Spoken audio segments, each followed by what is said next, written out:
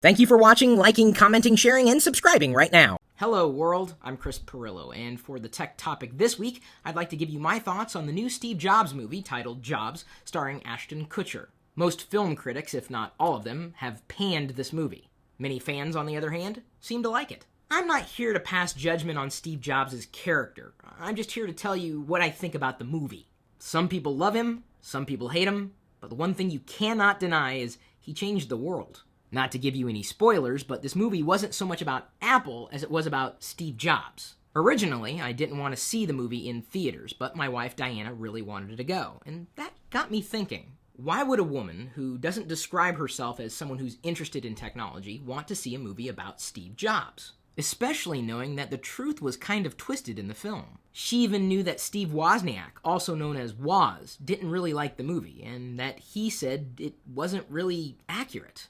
Still, Diana wanted to see this movie in a theater. It's no secret that if it wasn't for Steve Jobs and his vision of the iPhone, Diana and I would probably never have met. It's because she turned to YouTube to look up information on the iPhone before she bought one that we ended up connecting. So I guess, indirectly, if it wasn't for Steve Jobs and his vision and ability to execute on his ideas, I wouldn't have met Diana. And since she's been one of the best things to ever happen to me, well, if she wanted to see the movie in the theater, we were going to see the movie in the theater.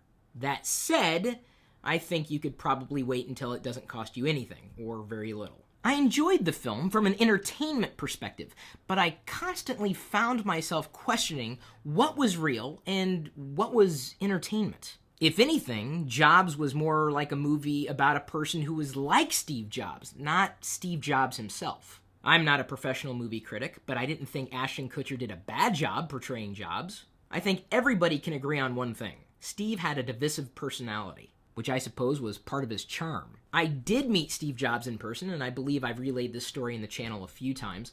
It was the day I went to buy my very first Mac. It was in Palo Alto, and he was in the store, and he had a stack of books in his hand. And I waited until he was finished talking to somebody else before I approached him politely. I shook his hand and said, "Hi, I'm Chris Pirillo. I host Call for Help on Tech TV." And he nodded as if he knew me or had seen me somewhere else and said, "Great, buy an iMac with a SuperDrive." Even though I was in the store to buy an iMac, he was still trying to sell me the iMac I was going to buy anyway. Initially, I was on the edge of my seat, not really wanting to like the film, but ended up slinking back and enjoying the experience. With the parts that I knew were true, I giggled, and I tried to give Diana some context in parts that I didn't know if she fully understood. For example, one part of the film really kind of bothered me. It was the point at which Steve Jobs discovered that Microsoft had copied the Mac operating system. Truth is, both Steve Jobs and Bill Gates and many others were inspired by the research being done at Xerox PARC in relation to computer interaction. Once again, it's never the idea, but the execution. I knew more about Steve Jobs than the average viewer might because I've done research. I've wanted to learn about Steve Jobs. Again, he's done something that many could only dream of, changing the world. And that, you can't deny, he did. You still may not want to see this movie. It was okay, it just wasn't great. At one point, towards the end of the film, Steve's character spoke to something that really rang true to me. He talked about getting rid of things within Apple and just concentrating on the things that they did well. And that's something I've been trying to do with Locker Gnome in and of itself for the past few months. I do a lot of things, but the one thing I do well is cultivate geek culture. And the more I concentrate on that as the center of my business, it seems the happier I am and the better the business potentially does. So I have to thank the film for helping reinforce that belief in myself. I'm sure you can survive without seeing this film in your lifetime, but if you're looking for a recommendation from me in relation to a movie that's based on a series of true stories that involve Steve Jobs, The Pirates of Silicon Valley. That movie was produced for television some years ago, but it's still enjoyable today, and revolves around the stories in relation to the beginnings of Apple and Microsoft, and specifically the battles between Steve Jobs and Bill Gates. And yes, by the way, I've met Bill Gates as well,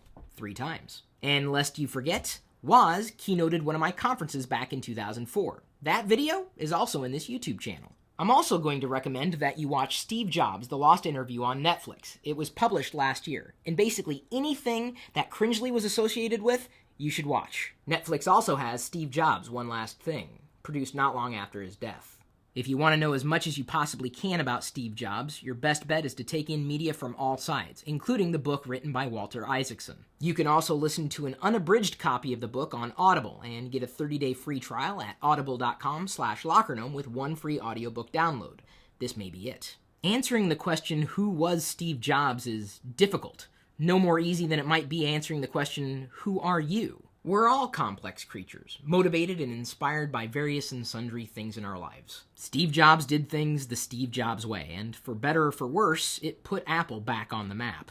Now, before you tune out, let me go ahead and announce the MacBook Air giveaway from Parallels. All you need to do to qualify for this giveaway is rate this video, comment on this video, share this video link on your Twitter or Facebook page, being sure to tag me, Chris Pirillo, in the process. And I would hope, even if you're not a fan of Apple or Steve Jobs, that you are following me on Twitter, Facebook, and beyond. I'll announce the recipient in a week's time, and once again, thank Parallels for their support. I do want to know your thoughts on this film or Steve Jobs in general, whether you loved him or hated him. Just know this, no matter what your opinion is, I do appreciate you sharing it with me.